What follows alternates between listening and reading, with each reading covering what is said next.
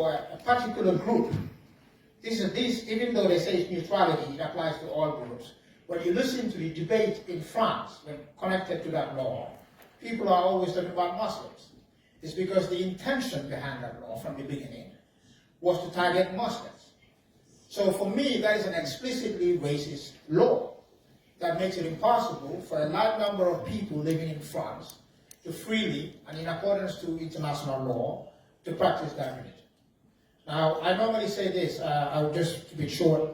When Muslim women are in Iran or they are in Afghanistan, they are killed and jailed and beaten up because they are forced to wear the veil. They don't have the right to decide what to wear. And we all condemn that. You know, Masha Amini that was killed in Iran, we were out in the streets. But when the same Muslim women come to Europe, they come to France, then we decide for them what to wear. We tell them, no, you cannot wear this, even if it's your choice.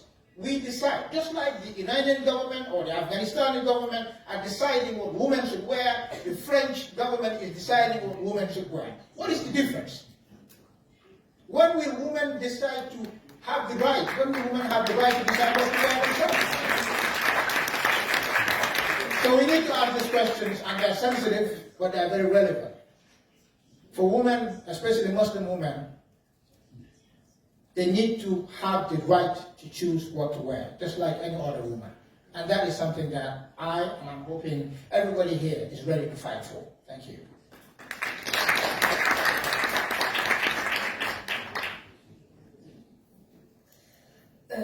Je vais essayer de rebondir tout d'abord en rappelant mon ignorance sur la question juridique Rome, enfin des voyageurs, comme vous les avez appelés, en vous remerciant d'en avoir parlé.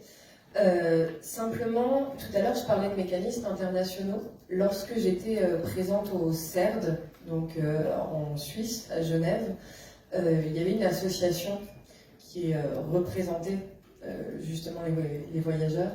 Et il y a eu alors je ne sais pas comment il faut les appeler, des résolutions peut-être prises dans le CERD à ce propos-là.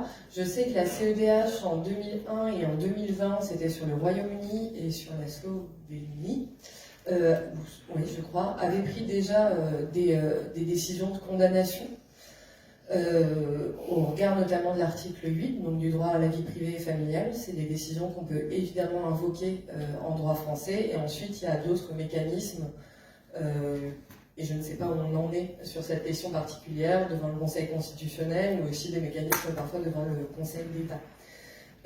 Juste une remarque à ce niveau-là, ce que je trouve intéressant, c'est que moi, je le vois dans le contentieux de la déchéance de nationalité française, et là vraiment j'ouvre totalement le débat à une autre question. C'est l'idée qu'on peut retrouver par rapport aux gens du voyage que on est européen mais on l'est pas totalement. On vient rajouter une forme d'extranéité chez les Européens qui serait les gens du voyage. On est français mais on l'est pas totalement. Avec cette idée de la déchéance de nationalité. La déchéance de nationalité, c'est une mesure qui est relativement ancienne. 95 ou 96 je crois, suite aux événements de Saint-Michel si je ne dis pas une bêtise, mais c'est une mesure qui est utilisée depuis de manière récurrente, pour moi, depuis janvier 2023. C'est-à-dire que jusqu'alors, on devait avoir une dizaine de cas d'échéance de nationalité. Moi, juste au cabinet, je pense que j'en ai entendu une dizaine déjà depuis janvier 2023.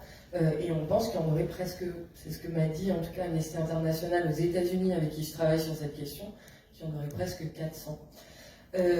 Donc ça me semble énorme comme chiffre, mais voilà, il y a toujours cette idée de mettre de l'extranéité avec malheureusement des mécanismes juridiques qui le permettent à des endroits pour dire qu'un Français ne l'est pas totalement et peut se voir déchoir de sa nationalité, sachant que dans les circulaires qui ont été éditées à ce sujet, l'enjeu est ensuite de renvoyer la personne dans son pays, qu'on dit pays d'origine, sachant qu'en général elle est née en France.